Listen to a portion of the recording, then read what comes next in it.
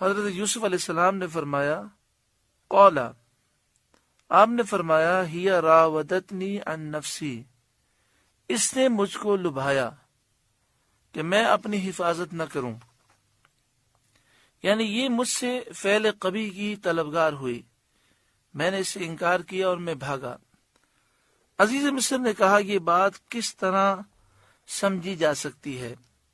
یعنی وہ آپ پر جھوٹا الزام لگاتی ہے، آپ یہ فرماتے ہیں، میں کس کی بات پہ یقین کروں؟ بعض مفسرین کہتے ہیں کہ یہ عزیز مصر نے صرف اپنی عزت کو بچانے کے لیے بات کہی، حالانکہ وہ یہ دیکھ رہا تھا کہ جب دروازہ کھلا تو حضرت یوسف علیہ السلام بھاگ رہے تھے اور زلیخا ان کے پیچھے آ رہی تھی اور وہ قمیص پکڑ کے آپ کو روکنے کی کوشش کر رہی تھی۔ تو یہ دیکھ کر عزیز مصر پر سارا معاملہ تو کھل چکا تھا، لیکن اس نے یہ خیال کیا کہ میں کیسے تسلیم کر لوں، اس طرح لوگ کہیں گے کہ عزیز مصر کی زوجہ نے یہ کام کیا۔ تو حضرت یوسف علیہ السلام نے فرمایا کہ گھر میں ایک 4 مہینے کا بچہ جھولے میں ہے جو زلیخا کے ماموں کا لڑکا ہے، اس سے آپ پوچھ لیجئے۔ عزیز مصر نے کہا کہ 4 مہینے کا بچہ کیا جانے اور کیسے بولے؟ حضرت یوسف علیہ السلام نے فرمایا کہ اللہ تعالیٰ اس کو گویائی دینے اور اس سے میری بے گناہی کی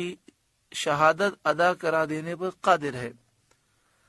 عزیز مصر نے اس بچے سے پوچھا، قدرت الہی سے وہ بچہ بولنے لگا اور اس نے حضرت یوسف علیہ السلام کی تصدیق کی اور زلیخا کے قول کو باطل قرار دیا۔ وَشَهِدَ شَاهِدٌ مِّنْ أَهْلِهَا،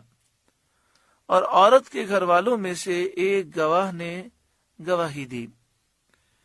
إِن كَانَ قَمِيصُهُ قُدَّ مِن قُبُلٍ فَصَدَقَتْ،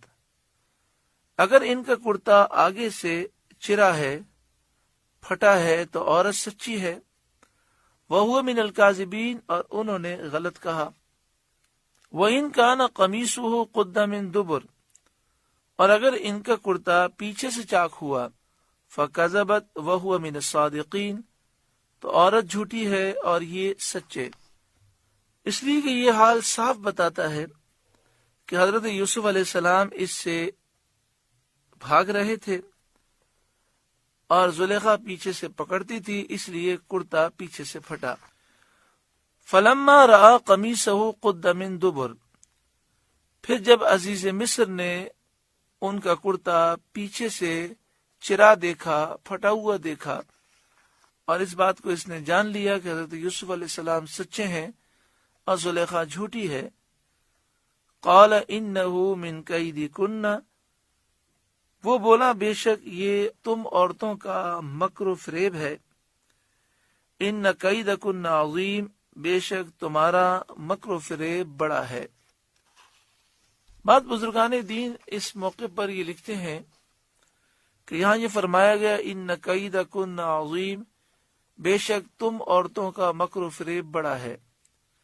اور دوسرے مقام پر فرمایا گیا ان کید الشیطان کان ضعیفا، بے شک شیطان کا مکر و فریب کمزور ہے۔ تو بعض یہ فرماتے ہیں کہ عورت اگر راہ راست پر ہو تو وہ ایک فرد نہیں ہے بلکہ پورے خاندان کی وہ اصلاح کر دیتی ہے، اور اگر عورت گمراہ ہو جائے تو وہ تنہا گمراہ نہیں ہوتی بلکہ کئی لوگوں کو اپنے ساتھ جہنم لے جاتی ہے۔ اسی لیے ہمارے بزرگوں نے اس بات پر زور دیا کہ کسی بدعقیدہ عورت کو اپنے گھر میں مت لاؤ۔ آج کل رشتہ کرنے میں لوگ احتیاط نہیں کرتے اور کسی بدعقیدہ بد مذہب عورت کو اپنی بہو بنا لیتے ہیں، تو وہ نسلیں برباد کر دیتی ہے، پورا خاندان برباد کر دیتی ہے۔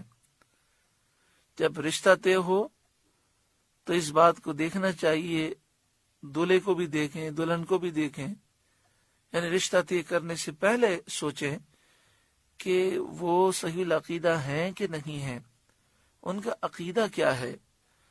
اگر وہ گستاخ صحابہ ہیں، گستاخ اولیاء ہیں، گستاخ رسول ہیں، میلاد شریف منانے کو، کھڑے ہو کر صلاۃ و سلام پڑھنے کو بدعت سمجھتے ہیں، مزارات پہ جانے کو شرک سمجھتے ہیں، تو ایسے لوگوں سے دور ہو جائیں،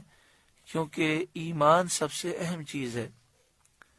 دوسری بات یہ کہ عورتوں کی تربیت پر بھی توجہ بہت زیادہ دینی چاہیے۔ آج کل ہوتا یہ ہے کہ مرد حضرات تو چونکہ کہیں نہ کہیں جمعے میں بیان سن لیتے ہیں، کبھی کسی محفل میں بیٹھ جاتے ہیں، عورتیں دین سے بہت زیادہ دور ہو گئیں، اور بچوں کی تربیت عورتوں کے ہاتھ میں ہوتی ہے، تو اس سے بہت زیادہ بگاڑ آتا ہے۔ عورتوں کو دینی محفل میں لے کر آئیں، انہیں درس قرآن پاک سنائیں۔ جب عورت راہ راست پر آ جاتی ہے تو عورت کی اصلاح ایک فرد کی اصلاح نہیں ہے، پورے خاندان کی اصلاح ہے۔ پھر ایک اور چیز بھی ہے کہ عورت جب حق پر آ جاتی ہے تو اللہ تعالیٰ نے عورت میں یہ صلاحیت رکھی ہے کہ وہ حق پر بہت مضبوطی سے وہ قائم رہتی ہے، اور پھر وہ اس قدر مضبوط ہوتی ہے کہ دوسرے لوگوں کو بھی راہ راست پر لے آتی ہے، اپنے بچوں کو، اپنے بھائیوں کو، اپنے والد کو۔